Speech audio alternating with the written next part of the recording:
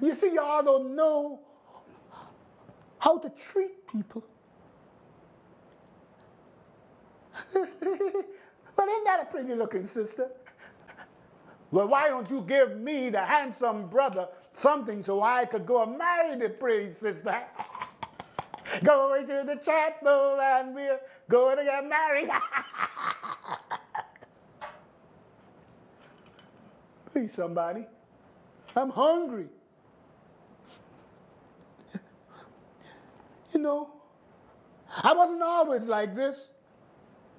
You see, y'all don't know what it's like to leave home and come to a strange country. Yes, I'm not from here. I'm from Guyana. But I could talk Yankee anytime. I fooled you, didn't I? My cousin Rebecca put me out 2 months after I started school. Well, she had a jealous boyfriend. Said me and Rebecca closer than cousins should be. Well, we were close, all right, but we were cousins. I was just going to school and my father paid Rebecca to keep me. Yet, I come home one night and all my clothes outside the door and the lock changed. Put me out. I came here to study medicine because that is what my father wanted me to. Well, I wanted to become a the first thing I had to deal with was American racism. Yes, I had a redneck professor named Ratlaw. I was the only black student in his class, and he said to me, "You colored boy, I want you to sit in the front seat so I could keep my eyes on you. And if you are ever late for my class, you must write down your reason and apologize to me, okay?" Then he gave me a C grade. He said that is the grade for coloreds, and it is better than a D. Yes, redneck Ratlaw, professor. But I love New York. Oh, after Rebecca put me out, I lived in the subways. I used to ride the subway up and down, and I liked to get off at 42nd Street, Times Square. That is where I met this pimp named Charlie. He was dressed just like the pimps you see in the movies. And he took me to stay with him in the village of New York City. Oh, I love New York City with all the skyscrapers. We have one skyscraper in Guyana, 7 stories high. Well, when I got to Charlie's place, he introduced me to all the women he had living there and hanging around. Then he showed me to a room and asked if I wanted some Coke. I said, "I don't drink sodas, but some juice will be fine." "You don't drink this," he said. "This is a different kind of Coke. It goes up your nose." Then he opened a folded dollar bill that was on the table and showed me the white stuff inside. "This is the real Coke. I got a treat for you." Well, I never liked even taking an aspirin for a headache, but since I was at Charlie's place, I had to do what he asked.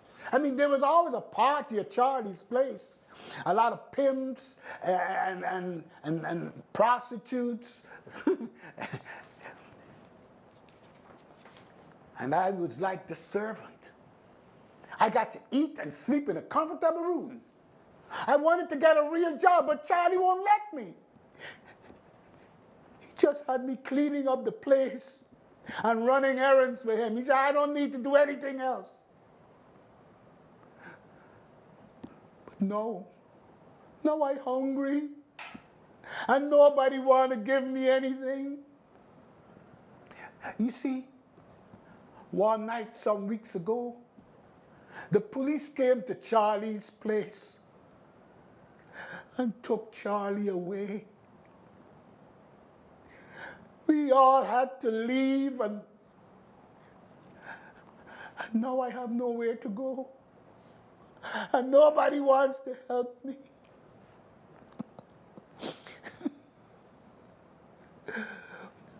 Oh, beautiful, for spacious skies, for amber waves of grain, for purple mountain majesty, above a fruited plain. America, America. Is this why I left Guyana? In Guyana, life was so quiet and peaceful before the politicians came with their racism nonsense and turned people against each other. Even though we were poor and lived on the bottom floor of a 2-story house, we could always get something from the neighbors. Upstairs, upstairs. Mommy would like to borrow some sugar to sweeten the tea. Upstairs. You got 12 cents? Upstairs. You got 12 cents? Huh? Give me 12 cents. Got to get my plane ticket. I just want 12 cents. Give me 12 cents, man. Wait. Is that Kevin? I want 12 That cents. looks like Kevin. Yeah. Got to get my plane ticket. He used to be one of them big shot pimps at Charlie Place. Look at him. Hey, Kevin. What happened to he? He looks so sick and nasty. Is that what I look like? I got to change, man. My roots deep in the soil of Guyana. And that should make me strong. Yes, I got to change. Man, I can't let Charlie and Rebecca and all these other people mess up my life. I gotta change. Sunshine, go away today. I don't feel much like dancing. Somebody's always trying to run my life. Don't know what they're asking. How much does it cost? I'll try it. They can't even run their own life. I'll be damned if they run mine. Yes, I gotta change. I gotta change my clothes. My culture taught me to recognize bad people and how to keep them at bay. So I got to get rid of Charlie and Rebecca and all them negative people from my life. You know, we had some songs we sang as children. One of them was, Sly Mongoose, Lord knows your name. Sly Mongoose, oh, you ain't got no shame. The mongoose went in the lady kitchen, pick up all of she big fat chicken, put it into his waistcoat pocket. Sly Mongoose. And we had another one like, Miss Mary Bigfoot shines so bright that she take it for silver. Miss Mary Bigfoot shines so bright that you take it for silver. Oh, don't walk there, you're gonna catch a ginger. Don't walk there, you're gonna catch a ginger. There's some water. I gotta wash myself and change. Yes. Oh, excuse me, sir. Yes, it is me. But you see, I've cleaned up, right? And I got some fresh clothes. No, I'm not begging you, not for food or money. No. I just think that for your store, that you could help me while I help you. You know, I used to do some accounting back home before I came here. So maybe I could help you keep your books, and you could find some more free time for yourself to do other things. No, you don't have to pay me much, sir. Very little will do, but I will work very hard. Yes, sir. Yes. Of course. Yes! Sunshine, come back another day. I promise you I'll be playing.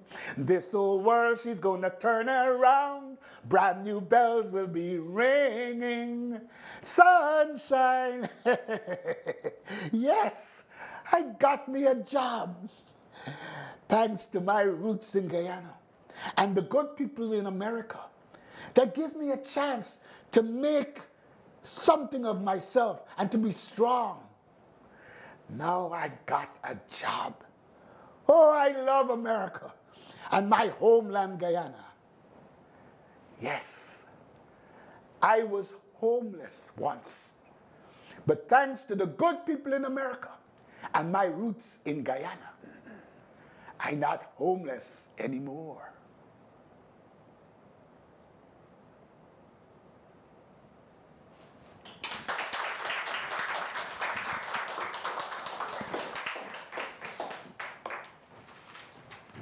You can drop it.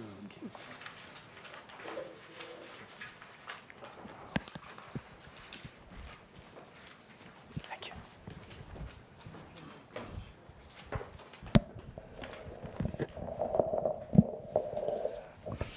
Now we have a completely different change of scenario. With the second play, we're going to meet a very interesting character. You're going to meet Lester Furious. He is a type A alpha male who's particularly pleased with himself. I mean, after all, he's a leader. He's a woman's, God's gift to women. At least he thinks so. And he has everything going for him. So at least he thinks that too.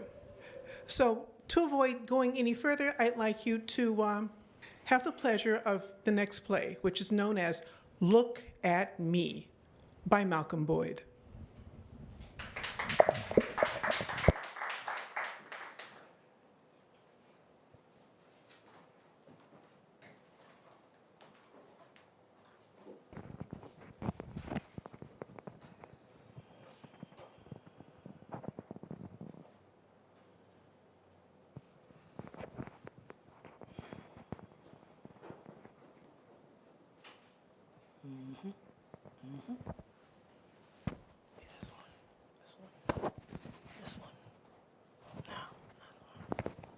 Maybe this one, this one, this one, this one, this one.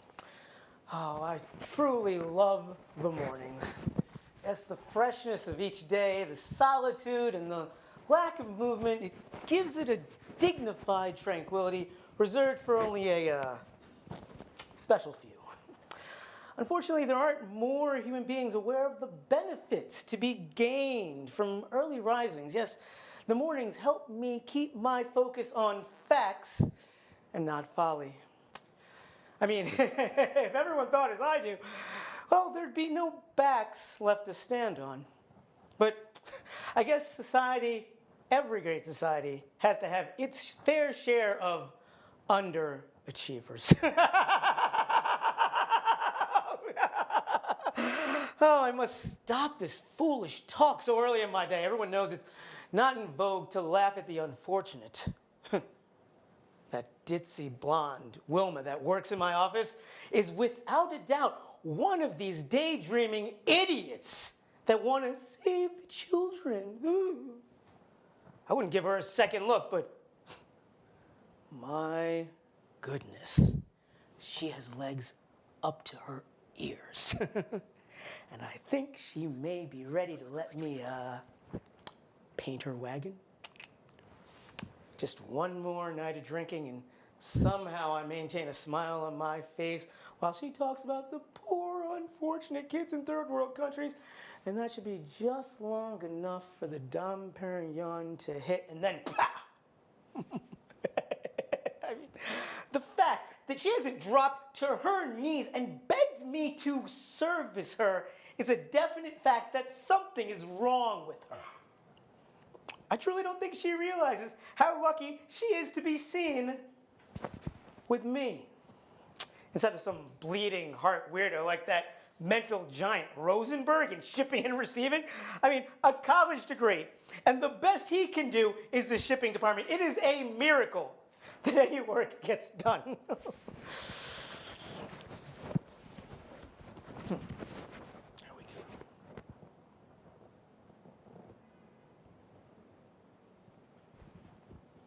Oh. What was that about? I need to get my eyes checked. I'm starting to see things. Can't have that. I might miss a decimal point.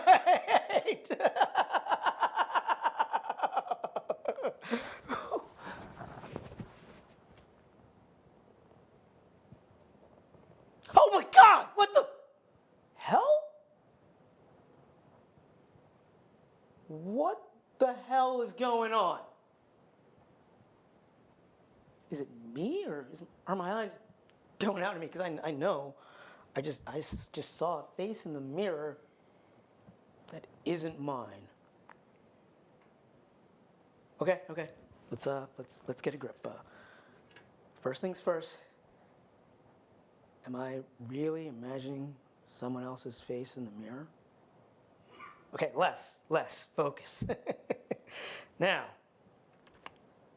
my name is Lester Reinhold Furious II, not to be confused with Junior. My father was a champion of a man, but I am my own man as well. I maintain a controlling interest in the company my father's father started. I am truly a Furious, and we are a cut above. And that's why I know I'm not losing it. There is no saner person walking the planet than Lester Furious. And you are a disgusting excuse for a human being. Who said that? I know I'm not crazy. But where the hell are you, damn it? Where the hell are you hiding? I know you're here somewhere.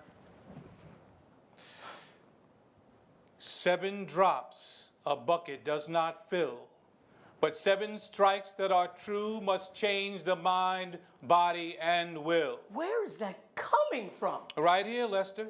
What? Where? Who are you? Why are you in my house? How did you get in my house? Slow down, Lester, one question at a time. If you turn around, you'll see I'm right here, where I always am. Where are you? When I find you, you are gonna regret invading my house. Over here, Lester. You just dash right by me. And as far as regret, you have no idea. I said, where are you? God damn it, show yourself. Right in front of you, my dear man. I said right in front of you.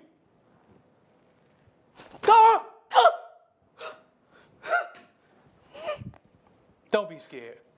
Calm down. I'm not here to harm you. Who are you? What do you want? What's happening? Why are you people doing this to me? You people? What are you talking about?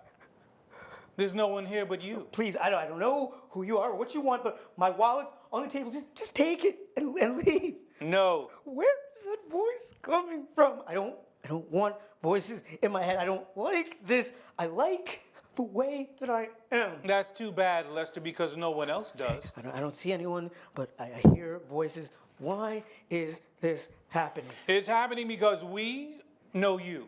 No, I. Yes. I feel you need an intervention. And why should you see anyone else? You are the only one here. Oh my God, I'm losing my mind. No, you're not. You're as sane as the next man. Okay, I'll admit, it's a bit of a shock for you. So if it will make you feel any better, just look into the mirror. That way you can see us. Then we can talk about making some changes. Us? Yes, us. We. You. Me.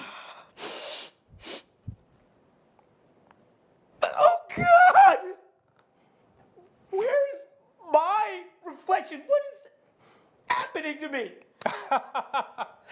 Up here, Lester. What the hell? Calm down. I was just having a little fun, that's all. You sure know how to hand it out, but you don't do a very good job of taking it. That's another one of your little nasty habits we need to address. Okay. Come on, look at yourself. Okay. I'm not going crazy. I hear a voice. It's not coming from inside my head. Somebody's just playing a sick joke on me. Yeah, that's all this is. I'll just humor them until I figure this out. Because I hope whoever's behind this enjoys themselves. Because when I find out who this is, Oh, yes, when you do.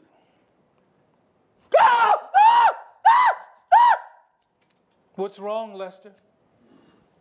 that's not me. Yes, it is. Well, not exactly. It's complicated. What do you mean? Come on, Lester, grow up. What happened to you trying to humor me? Take your hands away from your eyes and look. I can't. Yes, you can. Oh, I can't. I don't want to humor you or anyone. I just want this to be done. Just please leave me be. Look at me. I can't. Look at me, God damn it.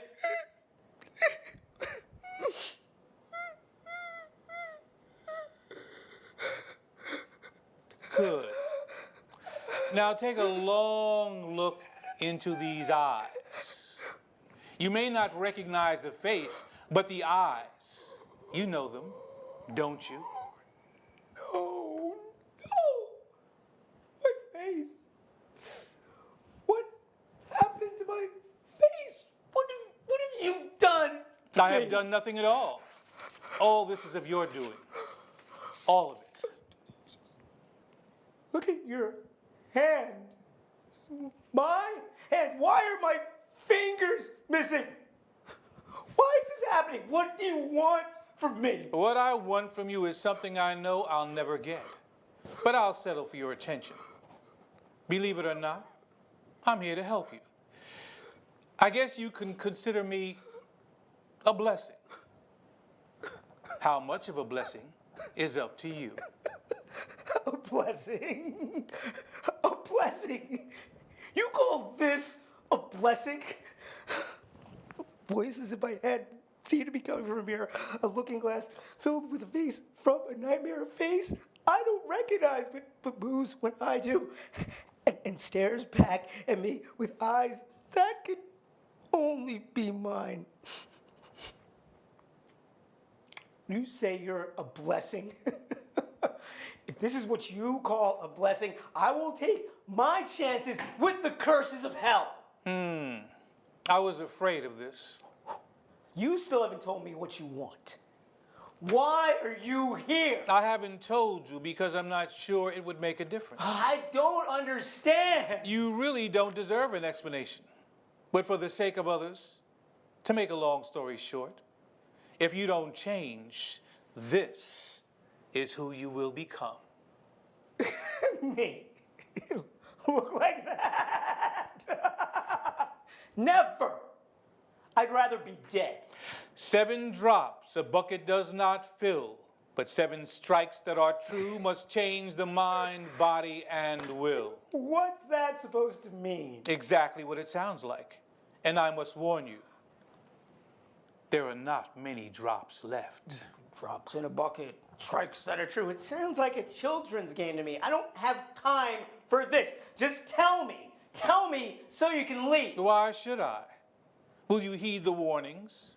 Can you get a handle on and control your Mr. Lester Furious Reinhold II? Get a hold?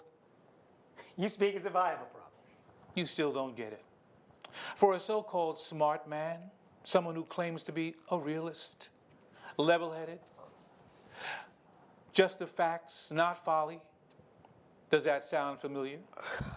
Use that large brain of yours. Why can't you just tell me and get this over with? Just because I feel the need to warn you doesn't mean I'm going to make this easy. To be honest, You truly don't deserve more than to be left to your own fate. But because of your selfish, arrogant, heartless actions, others will suffer. The only way to spare them is to attempt to set you on a path that will save everyone involved. Who are you talking about? Is somebody trying to harm me? No, just the opposite. If you were the only one to suffer, I'm pretty sure you would have to search the whole world over to find a single complaint. Wait a minute. It's those bleeding hearts that work for me. They're doing all of this to get me to give my money to their worthless charities. Rosenberg is behind this, isn't he? Him and that secretary Wilma. It's very interesting you should bring them up. You are partially correct. I am here on their behalf. I knew it. I'll fire the lot of them, have them thrown in jail right alongside you as soon as I figure out who you are. If it were only that simple. I said I was here on their behalf, not at their direction. 7 drops a bucket does not fill, but 7 strikes that are true must change the mind, body, and will. Why do you keep repeating that? What does that silly riddle have to do with any of this? I told you, I'm here to help you.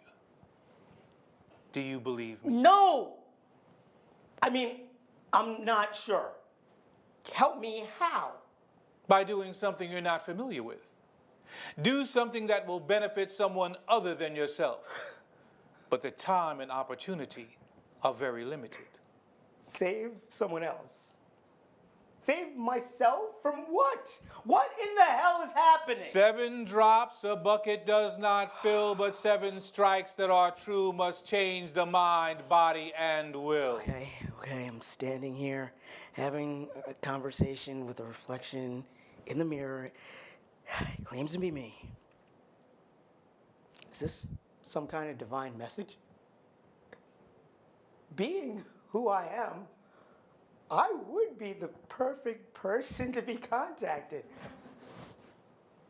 Maybe I've been selected to save the world. Not hardly, Lester. But if that's what it takes to get through to you, so be it. You keep saying 7 drops, 7 strikes. I guess 7 has something to do with it, right? Lester, hold up your hand. How many fingers do you have? 10. Now, how many fingers do you see in the mirror? Oh, God! I only see 7. Calm down. Okay. How many times have you tried to seduce your secretary? I don't know. Look closely. How many scars do you see in your reflection? I don't know. Look at it. Look deeply into your reflection. How many scars can you count?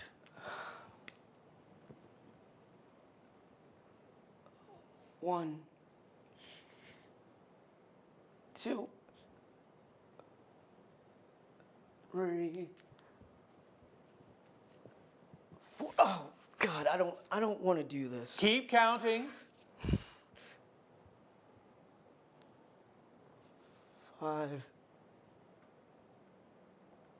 6, 7. Oh God, 7. Okay, 7 horrible gashes.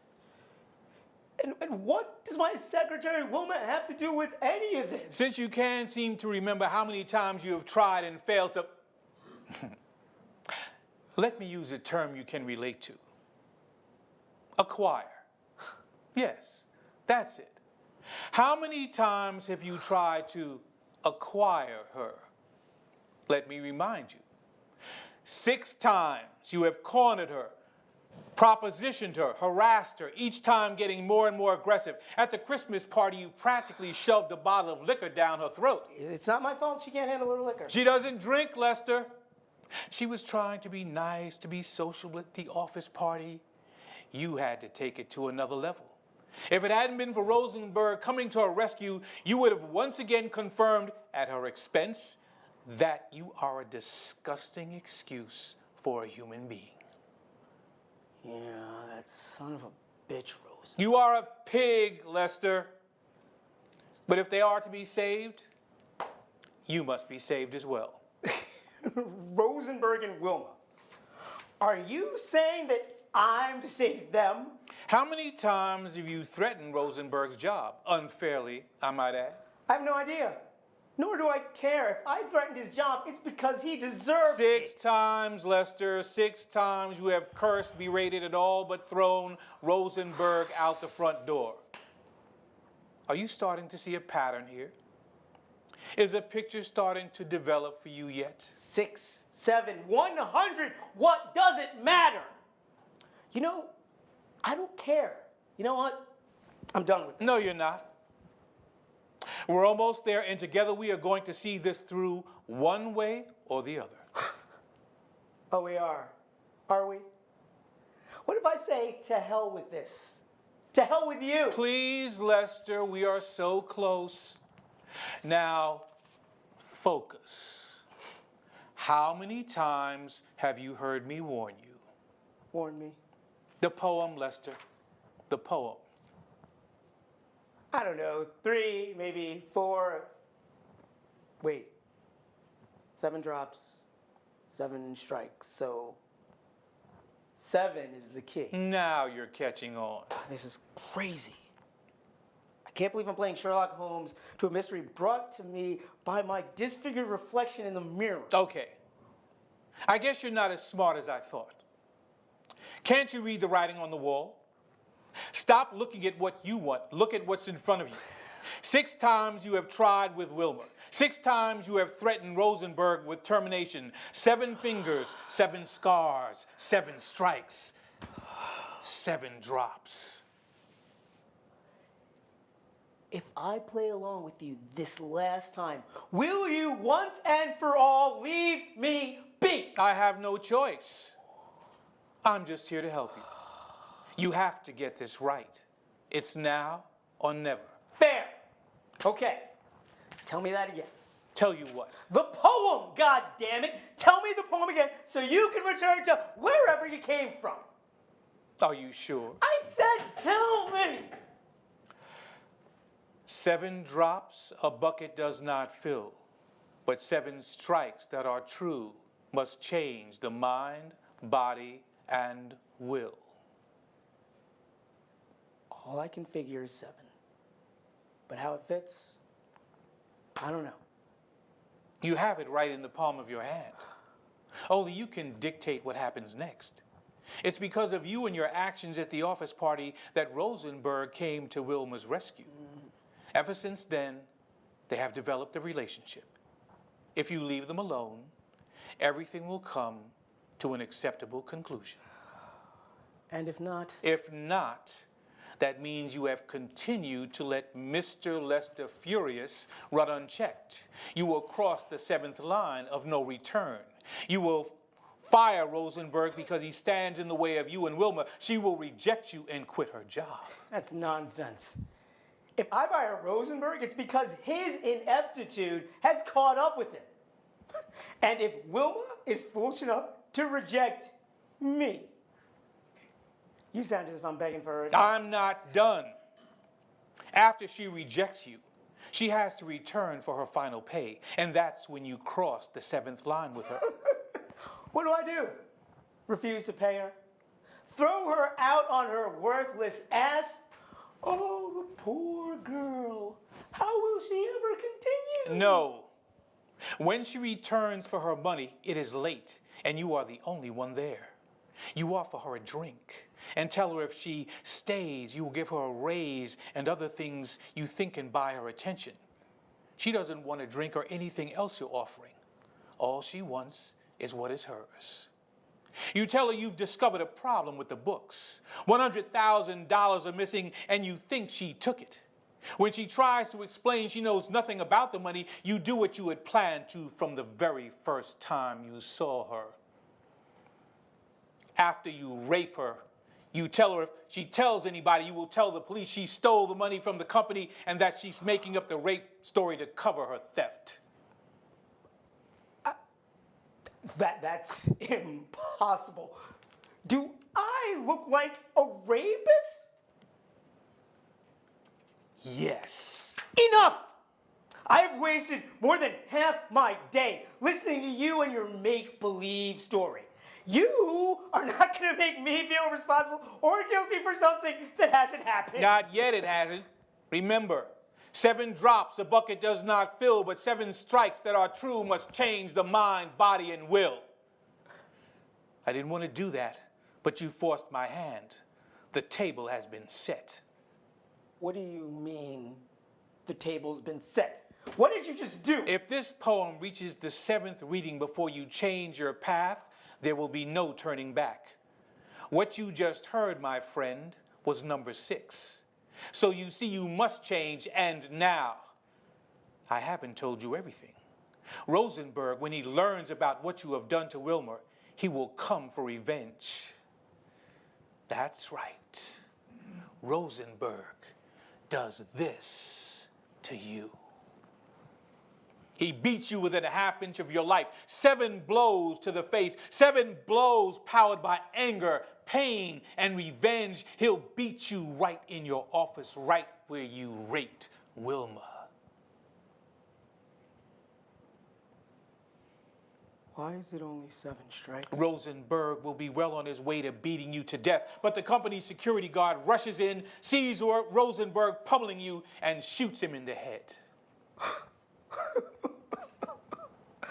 I don't know if I am going mad or if I will be insane if I continue to listen to this.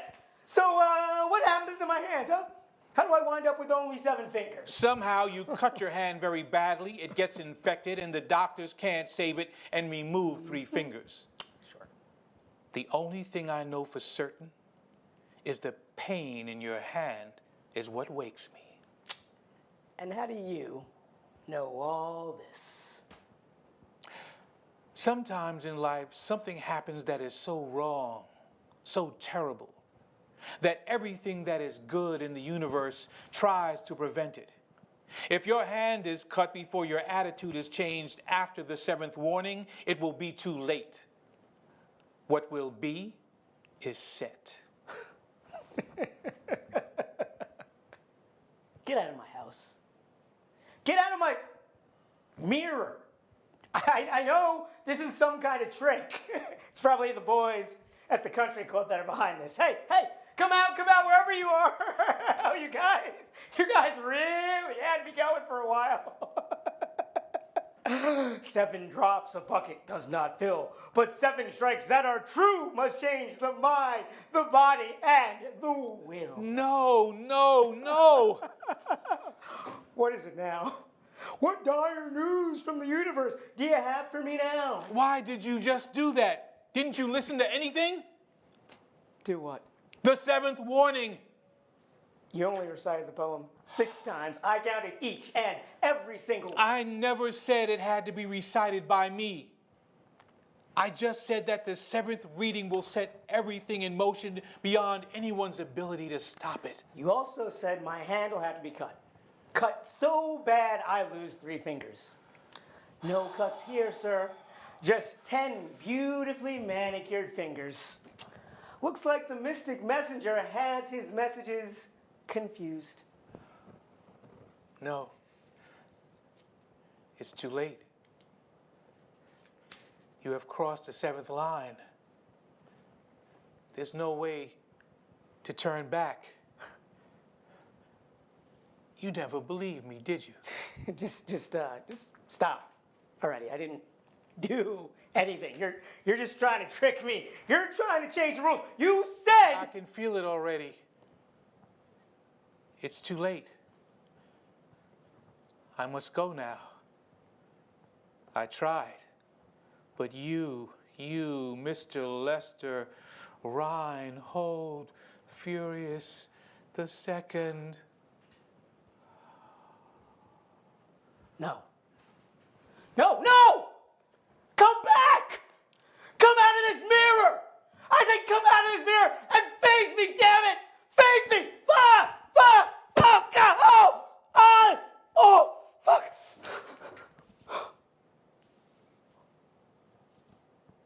Look at my hand. cut open my hand. No. No! No!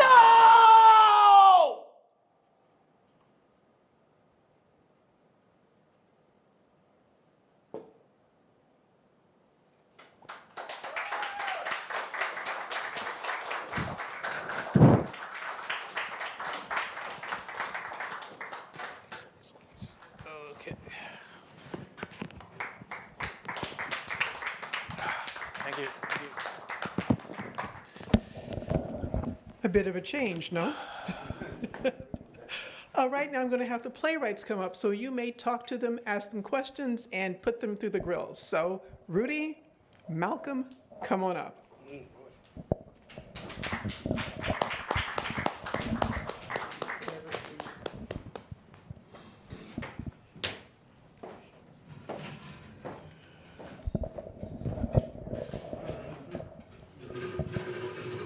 Might have to do a little mic sharing, but we will see. You don't have a mic, but she does. I'll just speak up. Just speak. Yeah, we could use the mic. Brenda, did you share the mic for the stream? Yeah, absolutely, absolutely. Yeah, we'll be nice to both of you, so I get to stand in the middle of you.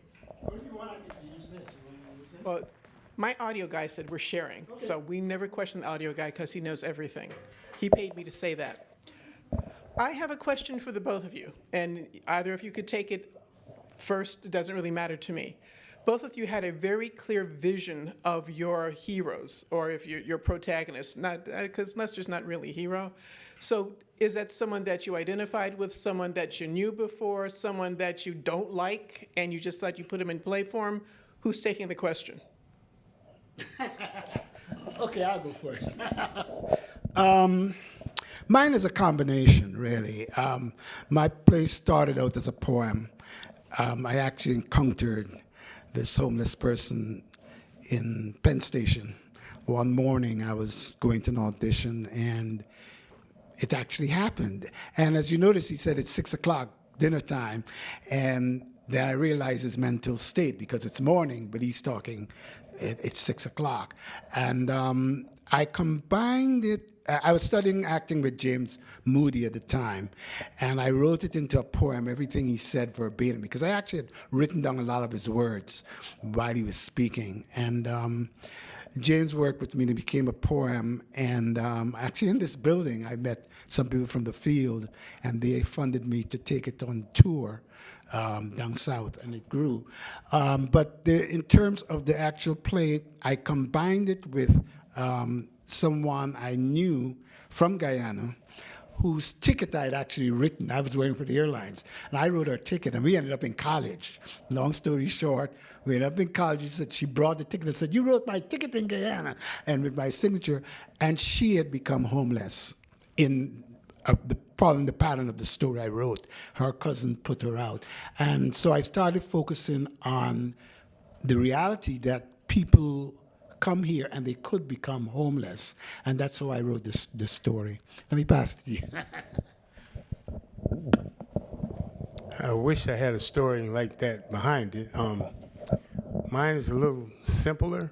The story came out of me trying to write a story, so I started with something that I like, which is the number 7. So basically the story is about writing about the number 7. Lester just, I hope that's not like an alter ego of mine or something, but Lester just appeared one day.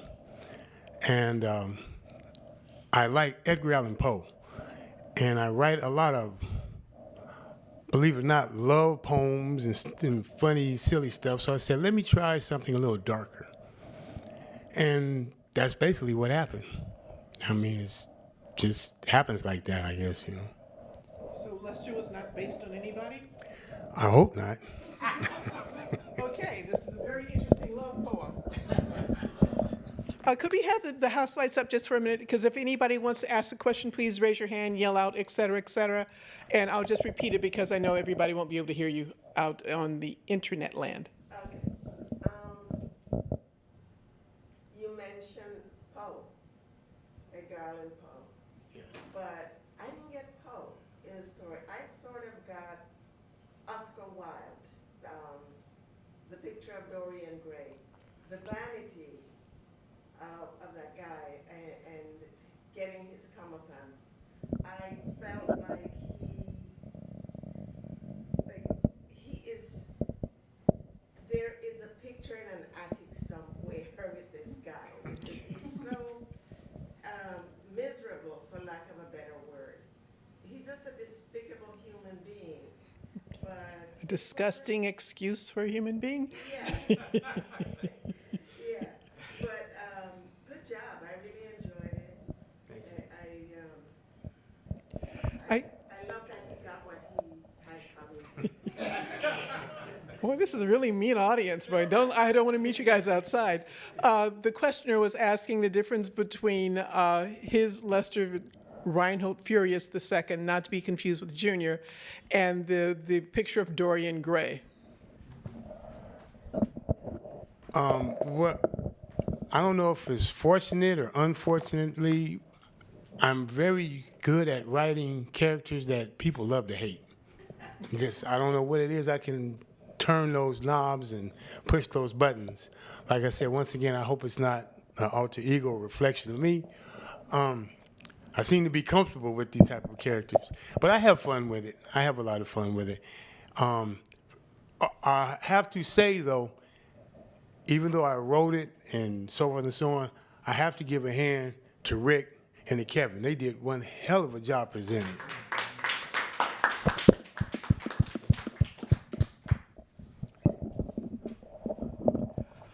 Okay, I'm going to ask a question. Mr. Shaw, are you related to George Bernard? Oh, never mind. It's that second cousin that nobody talks about. Okay, because you've written about homelessness. How long ago was, and you'll have to yell out because I'm not running over there immediately, how long ago was this play written? It was written actually, it was about 20 years ago or so. So you're really, this sounds really awful, but you're almost ahead of what has become a true epidemic in America, which is the homelessness. Yeah, I like to really reflect society. As for this reading, I didn't do everything, but there is the character, the pimp, that's the catharsis for the shadow to change. And while I was writing it, I was studying at NYU. I was doing my doctoral studies at NYU, and I couldn't come up with a catharsis. How could I get this person to change? And I literally did see a pimp that I knew from way back in the day, and he was walking. He was all decrepit, and he was bleeding out of his orifices or whatever. There's blood all over him, and a lady was helping him walk, and he was literally like that. I was like, my God. I knew this pimp. The last time I'd seen him was at Times Square with his hat and his robe. And that I infused into the play to make this character want to change. And That should be enough. well, that's the reality that I like. Questions from the house? It's okay. I won't call anybody's name out. Yeah, they got the, yeah. I don't have a question per se, but I would like to make a comment. Your story, it rings true because the immigrant experience includes homelessness. People come here, they're very naive, innocent, as that lady was or is, and they get into really serious situations because of their naivete. And relatives do put them out. Sometimes people end up overstaying their welcome, and they get tossed out.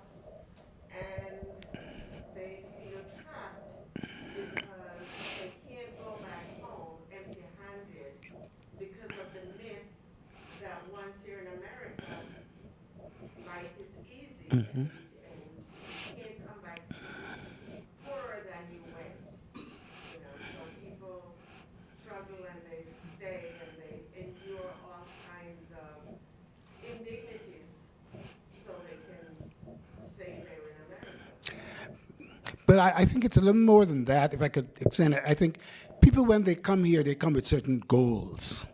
And not trying to talk about myself per se, but I came here and I mean, I was coming to visit back and forth, and my uncle said, no, you got to start college, and I ended up in college.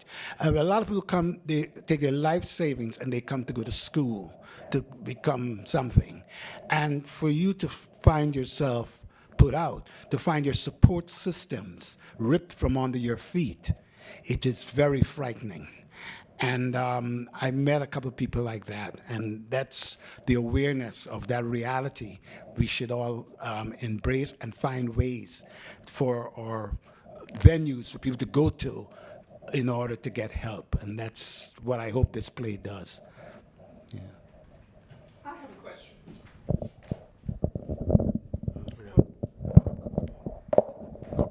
My question is this, because this is about Meet the Playwright. And it being that you think of a playwright, then that means he studied like 99 years in Yale, then he went over to Harvard, and he went over to the Old Vic in England to learn the ways of Shakespeare.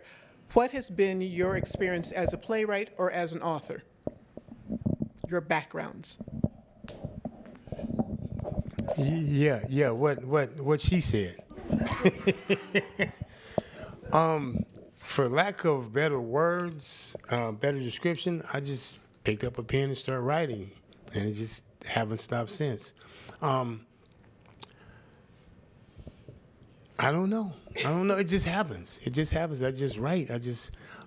Okay. Let me clean this up a little bit. Okay. I'm a retired welder, mechanic. I always like putting things together, working with my hands. And if you think about it, pen and paper is also working with your hands. It's a different way of doing it, and that's the way my brain works. That's the way I process it. I can see things in the world around me, and I want to describe them the way I want to describe them, even if I'm in a room with green chairs and a dozen people. I want to describe red chairs and 100 people. And unless I'm crazy, the only way I can do that is through pen and paper. That's the process. I guess I'm fortunate that I'm able to put words together the way I am. I thought everybody could, but I guess to a certain extent, a lot of people do a lot of training. I've taken poetry workshops, and believe it or not, I was horrible in school. In English class, I still struggle with spelling. Ask me what a noun, a pronoun, an adjective, and an adverb is, and I can answer, but it takes a minute. I have to remember what Miss Hunt, my English teacher in the 4th grade, used to try to whip into me. But as far as just telling a story, I can tell a story. I guess I'm just a storyteller. Yeah. In my case, well, I did study writing. I'm an actor, and since I was like, my mom put me on stage at the age 6 years old, and I've never really looked back. I was in the Theatre Guild of Guyana, which was British Guyana at the time, and I wrote a couple of radio plays because we didn't have television. So I used to act on the equivalent of Sesame Street in Guyana, so it was for radio. So I had a lot of scripts thrown at me, so I had to be very quick in terms of recording. And I just like writing stories that reflect things I see. And so I studied at Queens College. I went to John Jay. I got a master's from John Jay, and I got a second master's from NYU. That means I didn't complete my doctorate. But in terms of essay, I'm more an essayist. I've been published in the first Journal of African American Men, which I was very proud of because I competed with like 300 submissions, thank you. And I was one of 7 selected to be published, and I'm proud of that. I like, and the essay is titled Othello and Race Relations in Elizabethan England. So you can get your hand on it. And I used to be a drama critic for a magazine in Syracuse, New York, called the Heritage magazine, where I reviewed shows on Broadway and so on. So anyway, I like to write, and so when the opportunity arises that I see a situation that people need to know about, I could write it into a play. Of course, I write the things and I put them aside. I have piles of scripts at home that they're just written and they're there. Maybe we'll publish this one. Okay.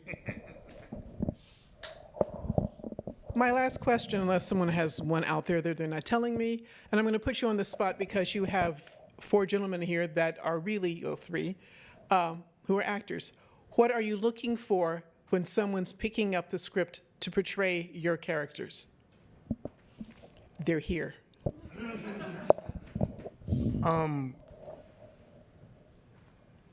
What has happened, I have a novel out I turned into a screenplay, and we've been shooting it. We decided to do it myself as opposed to the powers that be reached down from the studio heavens and blessed me. So we've been doing it. I did it myself, got a crew together, actor. Matter of fact, Rick Reed is also on that. But as a director, as a writer, hopefully the actors bring enough of themselves to the performance where they don't. I know as a director, you have to nudge them this way, pitch them that way, to get the story out. But what I look for is when their portrayal of my words actually entertain me. When I came to the rehearsal the other day, when I came to rehearsal the other day and Rick and Kevin were rehearsing, there was a point where they hit a stride where I was like, I was a kid in the theater. It wasn't even my story anymore. It was entertaining me. And I look for that. I try to get the perfect stream going, the perfect flow going where the entertainment of it pushes everything out the way. And it's no longer the critiquing and all that. I'll let somebody else do that. I try to just fine tune it to where it's fun for me just to see or watch. Well, I'm not as advanced as you are. I don't have many plays out there being done all over. But as a writer and actor, I feel when actors pick up a script, I agree with you. They need to bring a lot of themselves into it, but you need to research the character. I'm a character actor, and I like to know that the other actors delve into that character and not just play yourself, but see what's beneath the surface of that persona and bring it out while you're acting and bring your energy. And that's what I look for if I'm directing a play or if it's my own work. So we don't sit here all night long, and I'm hungry. We're going to call it right now. But what I do want to thank to Rick Reed, to Winston Yard, to Kevin Allen, thank them for coming in and volunteering their services to recreate the characters that you saw on stage for the 2 playwrights here. This program itself, this is the last one this year. We're going on hiatus for the summer, and right now we are in the works of starting it again in January of 2022, and it will be every month. If my hair is kind of gray now, it'll be totally gray by the time we reach that point. But I really definitely support this program. We're meeting new playwrights every time, and there's a lot of work out there. Courtney French, like I said before, the interim artistic director, understood the need to bring theater and art to people who are either face masked, and again, this is the first time we've had a live audience this year. But it doesn't stop the fact that theater and the arts must march on. JCAL, Jamaica Center for Arts and Learning, is a nonprofit, so I'm going to do the obligatory, which is if you have any time to do a donation, go to jcal.org, jcal.org, hit donations. Whatever you do, we appreciate. We want to continue this program come next year. We are striving toward it right now, and we think it's going to be terrific because we're going to have a whole bunch of new playwrights, not these. Some more, nothing personal. And probably you might see with some of the actors again just because they are so delightful. Thank you, gentlemen, really, truly. And I want to thank all of you for coming out this evening. Thank you.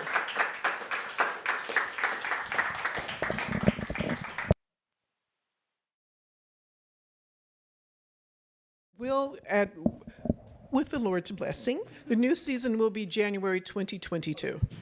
So, and just for that very matter, if you know some playwrights, the plays have to be original. We cannot look at Hamilton. Thank you, Lin-Manuel, but you can't do it. I will not do Raisin in the Sun. We've seen that. We want to have playwrights, even if they're established writers or whatever, we want new works that have not been produced professionally before. So put your thinking caps on, reach out to people you know.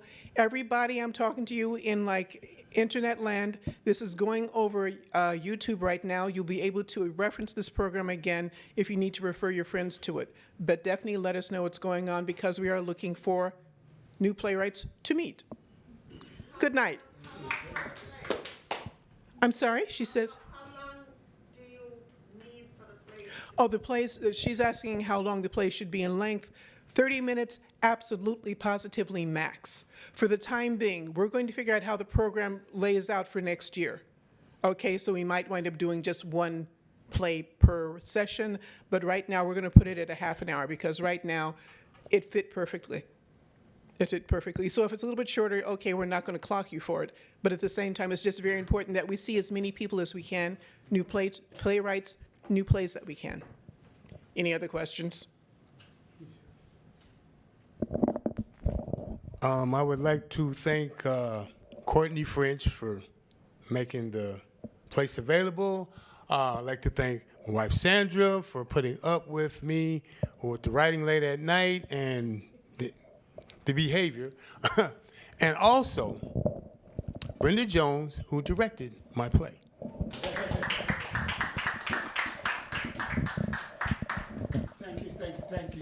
Thank you, Brenda. Thanks to the team and Courtney French, and thanks for JCAL for having us here. And thank you all, and for the 90th time, good night.